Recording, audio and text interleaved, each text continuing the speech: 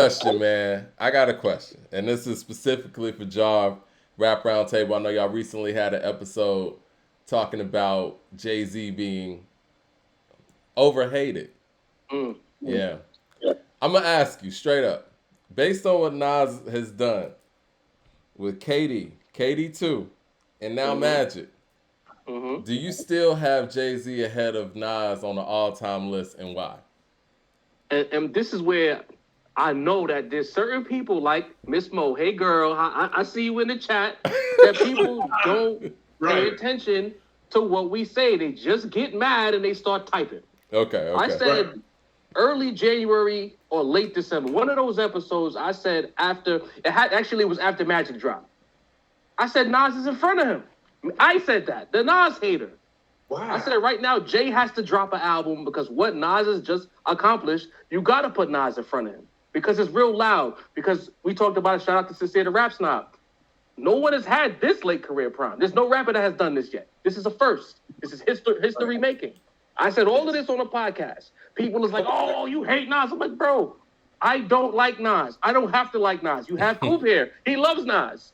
Jarv doesn't like Nas. But I'm not above giving credit where credit is due. Right. That three-peat is very loud. It's the most concise three-peat we might have ever gotten from a producer-rapper combination. Point blank, period. What's so hard to KD3 is understand on the that way, a too. Jay-Z fan could say that. And if KD3 is anything close to what we've just gotten from them, Jay-Z has to drop.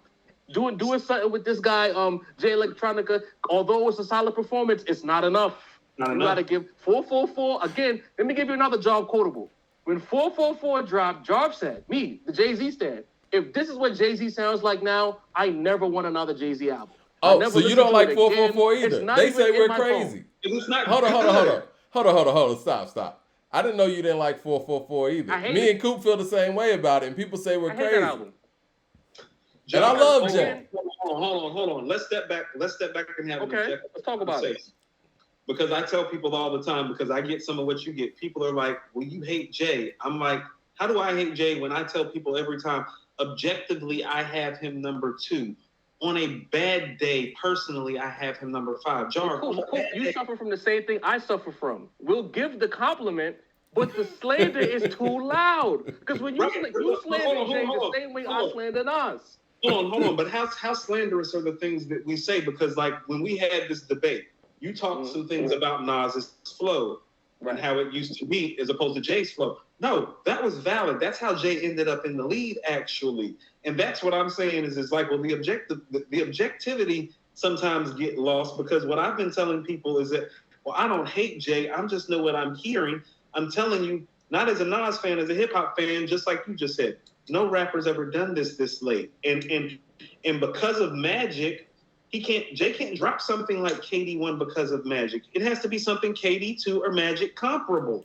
Like KD1 Or multiple efforts. Because he's raising the buy-in right in front of you. I'm not saying that I don't know if he can do that, Coop. Only because now we got to start talking about other aspects. We know these guys are skilled rappers. We know that. Throw that out the window. Yeah. It's about where they're at in life. Jay-Z, sorry guys, I'm going to talk about money for a second. But Jay-Z is a billionaire. His life is amazing. Different. When we were He's a younger, family man, too. and we know rappers. Some of you guys, y'all were rappers. Y'all understand something. When you're young and you're hungry, the rapping is just better. Or if you have a point to prove. When Nas dropped King's Disease 1, he heard the noise. That Kanye album wasn't good. He heard the noise. Lost Tapes 2 sucks. Lost Tapes 2 sucks. It's a whack-ass album. When you have that chip on your shoulder, it increases your performance. Jay-Z has nothing to prove. He's a father of 3. He's courtside at the Nets game. I don't know if he has that in him. People who said 444 was a great album and they've never heard Jay-Z so vulnerable, that's cool. But the flow was not good. The beat selection was not good. No disrespect, no ID. Nothing about that album was good. I feel the exact same way. I feel like the talk about beat. subject matter and how it spoke to me. Yeah. Whatever he was talking about on the album, I was already there. My credit's fine. I'm a homeowner. I'm good. I don't need Jay-Z for that. Jay-Z's my superhero. I want coke rap. I want to go outside and hear my superhero rapper talk about cocaine and being rich because I'm not rich. You know what I'm saying? Hold on, Jordan House says something real quick. He says the other day, Coop said if you ain't have Primo on your album, hold on, super chat's going super fast. All right, Primo on your album credits, it would make your pen look questionable because I think Busta had no Primo on his work to recently. How lyrically skilled has he been underrated? How has his lyrical skill been underrated? We'll get to that in a second. It's about being taken seriously. That's, again, when we have these conversations in 2022, we got to go back to the 90s. Yeah. Army fatigues, Timberlands, hoodies, fat goose jacket. Hoodies. You see what Busta Rhymes is doing? He was no disrespect, Bus. He was on the nerd side of things. Leaders of the new school whatever nerd rap became. They were the forefathers of that.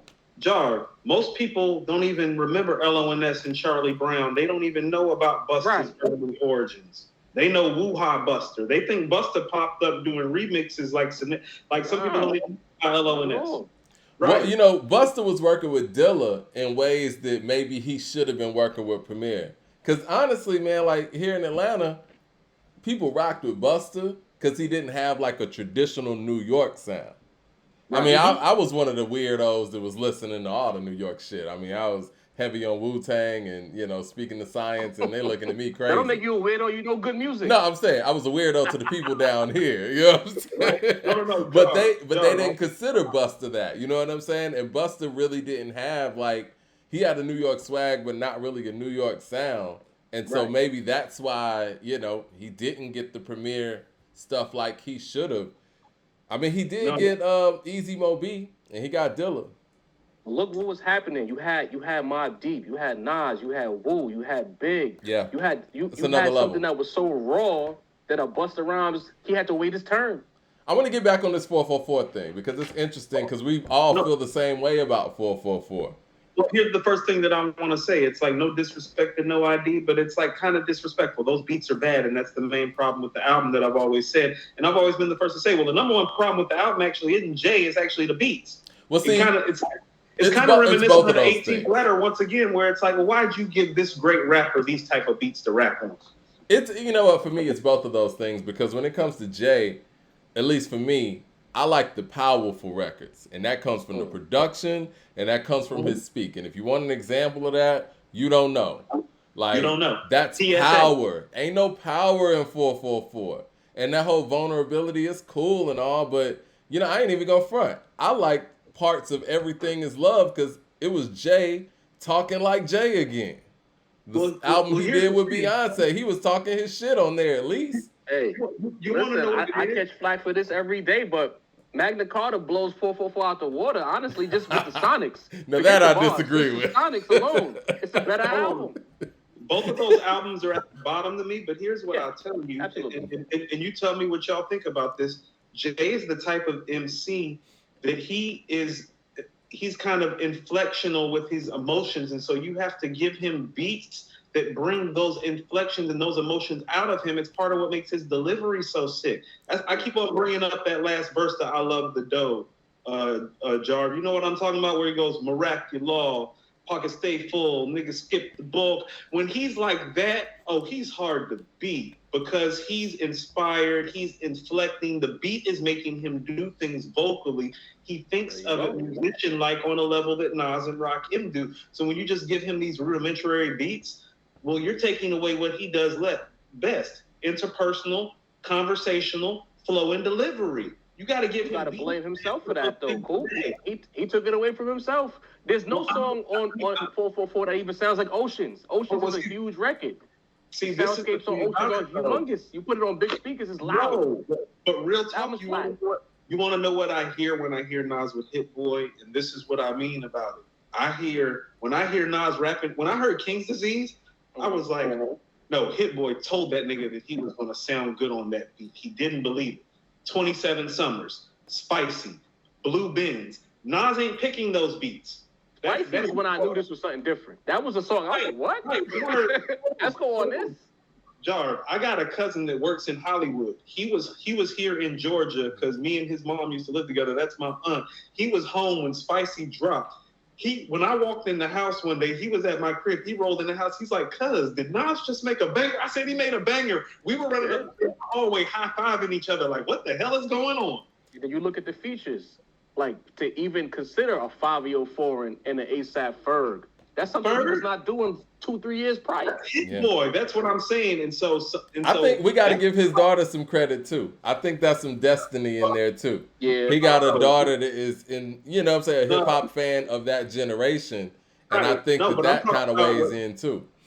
I'm talking about Jarv's point about Jay being somewhere because of the money and because of the business affiliations, though. Like Jarv, I've been saying on our show, what Jay actually needs right now is to go hang out with Nas. Jay was saying Nas needed to hang out with him when he signed in the Def Jam. He needs to be hanging out with Nas right now because Nas got Hit Boy and his daughter and people on the pulse of shit. And that's what Jay needs. He needs to be inspired again. You know what Jay is getting inspired by? What he's been doing. You see who's next to Jay? Them Griselda boys. Yeah. Keep hanging around with them. Yeah. No. Just get some kind of youthfulness around you. Get away from those rich white people you around. Go hang out with some hungry rappers again. No, I see the hold on, Jarv. I see the photos with Westside Benny and Conway, but I don't hear the records, and that troubles me because that makes me think that you're not comfortable enough jumping on the records with those guys, which means you damn sure don't want to spar with Nas right now. You don't want to spar with Conway right now. Then you know what I think is inspiring Jay right now? Removed from the space, you can't go on there and embarrass yourself. You see what these boys over there doing. So that's my thing. So enough of talking about the paintings on the wall that are worth more than everybody's mansion, and start having brunch on Sunday with Hit Boy and them again. You feel what I'm saying? Listen, that's all I'm saying. Hold on. You want Jay to talk like that. You want Jay to talk that talk. Now you saying you don't want that talk? What you want? I don't understand. No. I love the talk. You know, Jay, real talk. Remember when Jay is like, i.e., I'm the Rob Report. I taught you niggas how to floss. That's real shit. Jay taught me shit that I did not know until I had real money. I was like, that's that shit Jay was talking about in '97. Well, the problem is he's not talking to us anymore. He's when he says I have your mention on my wall, he's talking to specific rappers. So listen to what I'm saying with this. I understand the level that he's talking on. Most people don't understand. He's talking about. So first of all, people have to understand why Jay is so into art.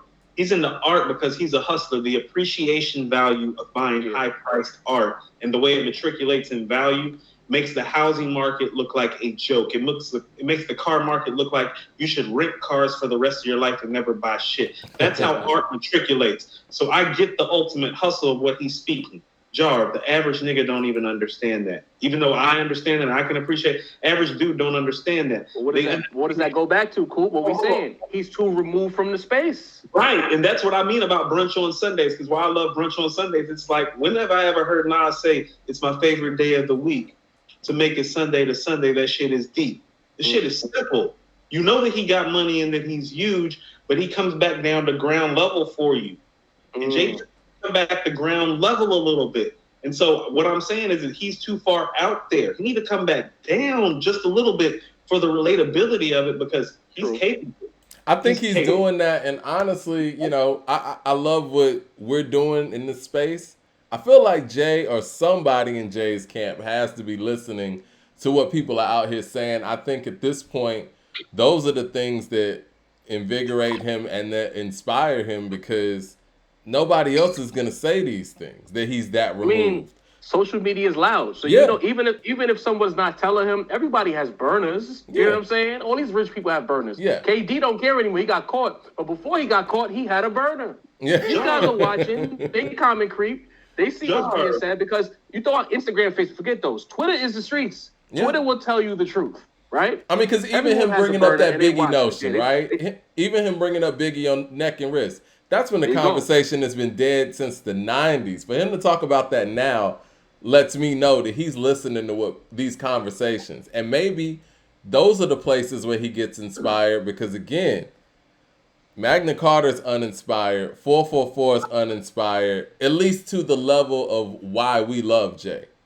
I mean, watching that Summer Jam 2001 performance, I'm like, now that's Jay in his element right there. That's Jay with all the vibrato. That is the show of shows. Confidence. He's talking his shit. We haven't seen that in this decade or the decade before this. Well, the problem with that is you just have nothing to prove. Yeah. The last time Jay-Z had something to prove, at least from my outside perspective looking in, was after he dropped Kingdom Come, then he had to run back with American Gangster because your return album was a dud. Mm-hmm. We're not even gonna talk about record sales. The music, that's not what we wanted. We didn't want, what was it, Beach Chair, whatever it is. I hate Kingdom Come so much. Don't ask me the track list. With the exception of maybe the song Kingdom Come, and I like Show Me What You Got for like a week. After that, it was like, this album isn't good. And what the streets, because he wasn't too far removed back then. The streets was like, this ain't what we want from you. And he came back with American Gangster.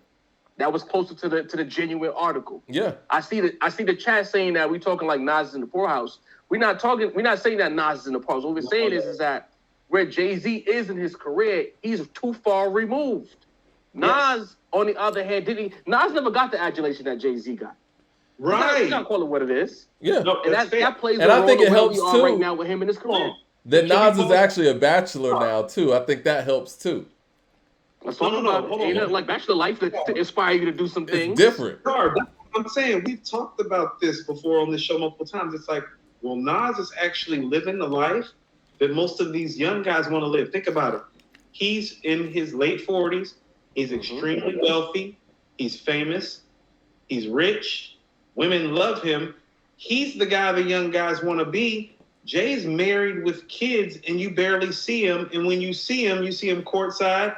He's kind of dressed, you know what I'm saying? Right. Like you see, and so the imagery of it has all changed and kind of reversed itself. And here's the crazy thing about it. Guess which one of these guys is talking more religiously lately? The guy who's too far removed. Right, the guy who is far removed. So you're getting like this religious talk that, like, if you hear him on the Jay Electronica album, I'm like, this dude is married with kids. He's been in repentance for the things that he's done in his hustling life, and you can tell. There's the whole. You see pictures of him pop up with Louis Farrakhan's top minister. I can't think of his name offhand, and so there's been a whole shift in it, and it's like, man.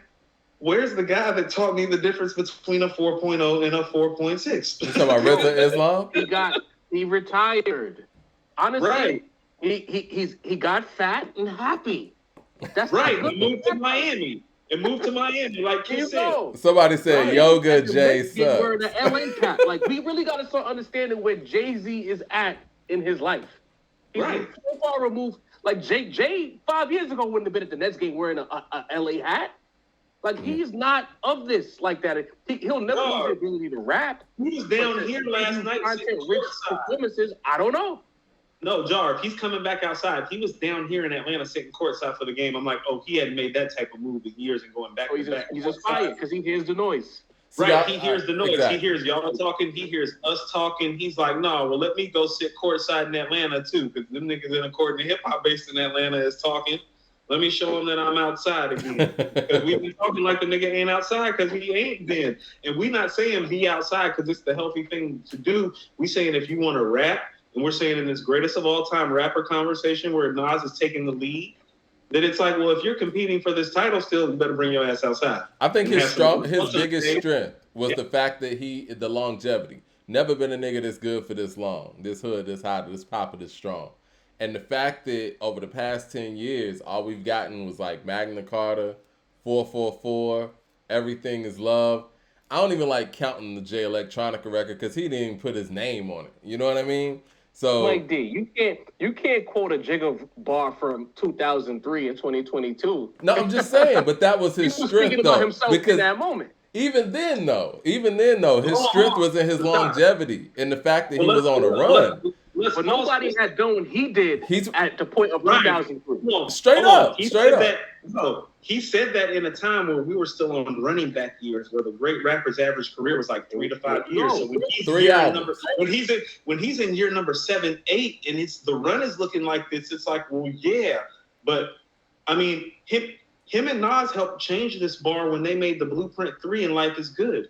Right. It was like, look at these old ass niggas. But when Nas did this little run, he's part of his problem. He's part of his problem. The Blueprint 3 and Life Is Good is part of what changed things because they were supposed to be done. And when they made those albums, like, this nigga ain't done.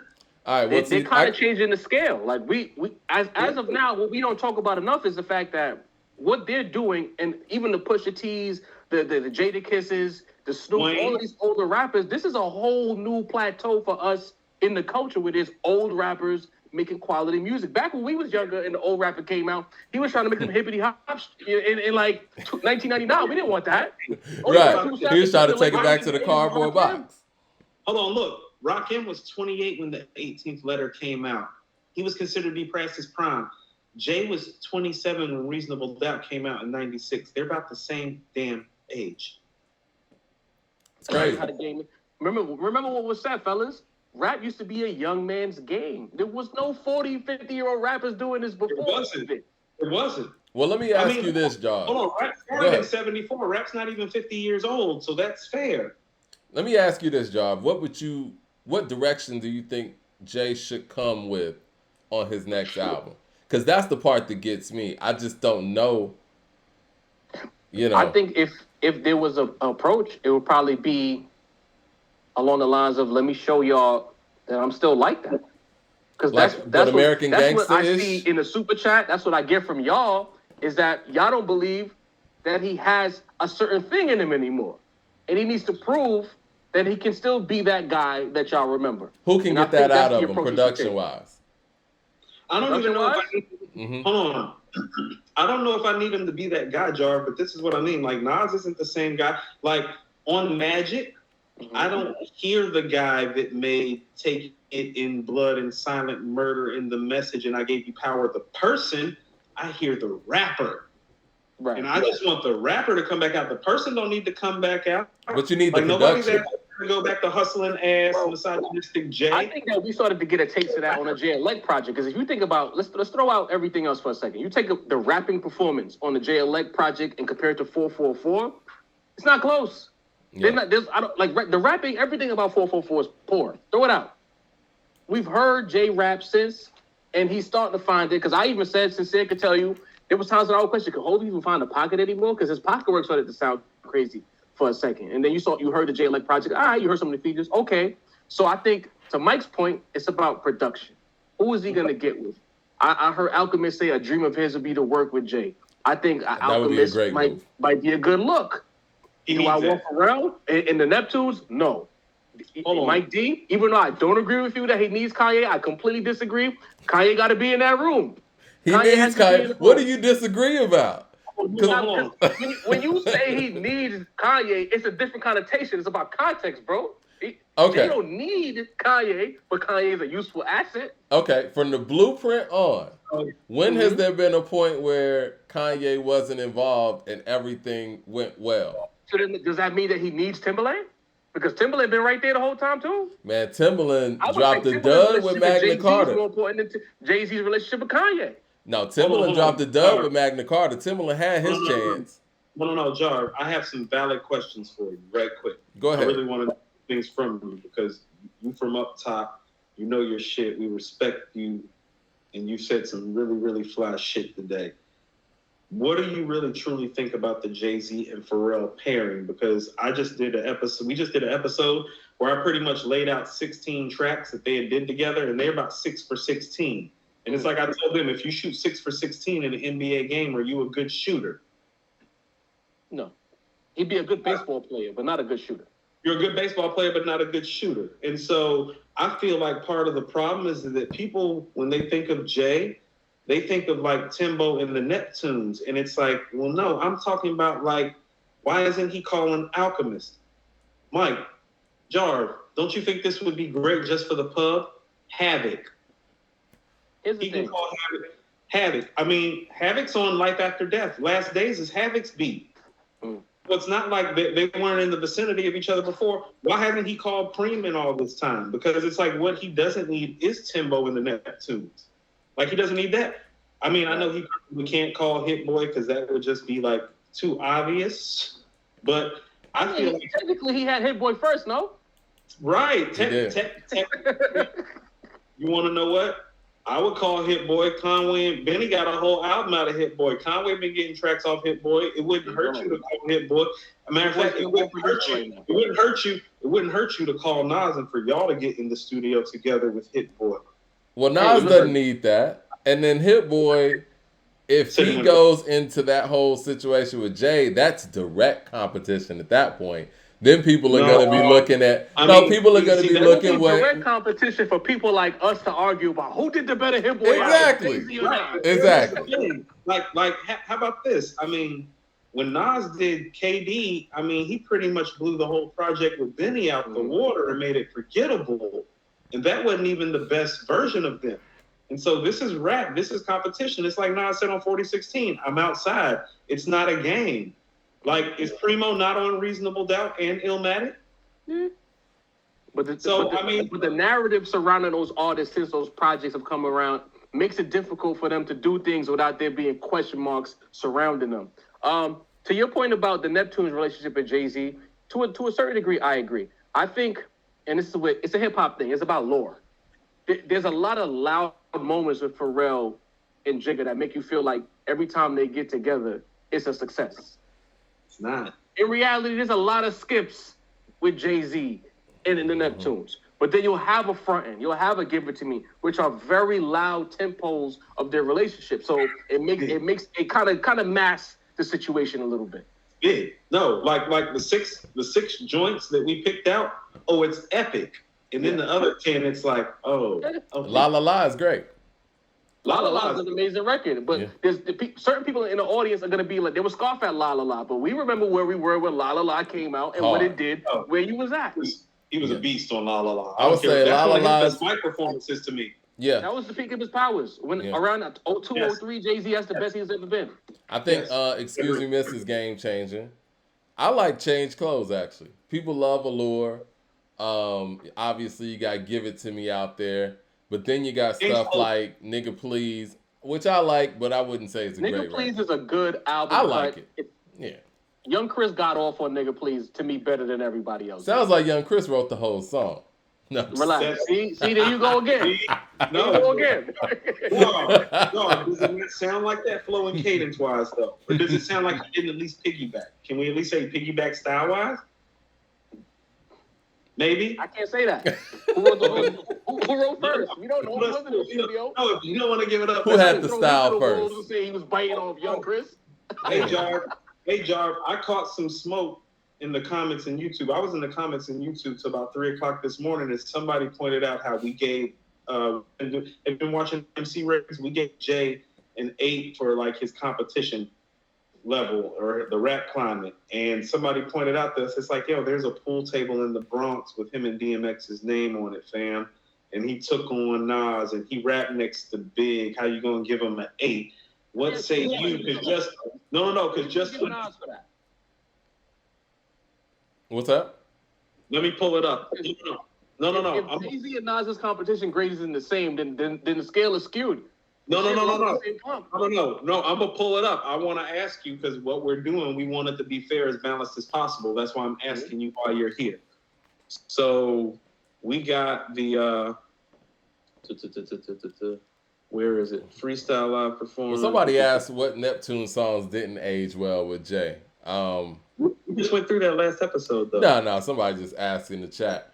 What was the one off the top, though? I mean, Change Clothes is dope, as far as I'm concerned. Mike, you're the only one that really loves Change Clothes like that. After I heard What More Can I Say, then they told me Change Clothes was the single, I was livid. I'm not gonna lie to you.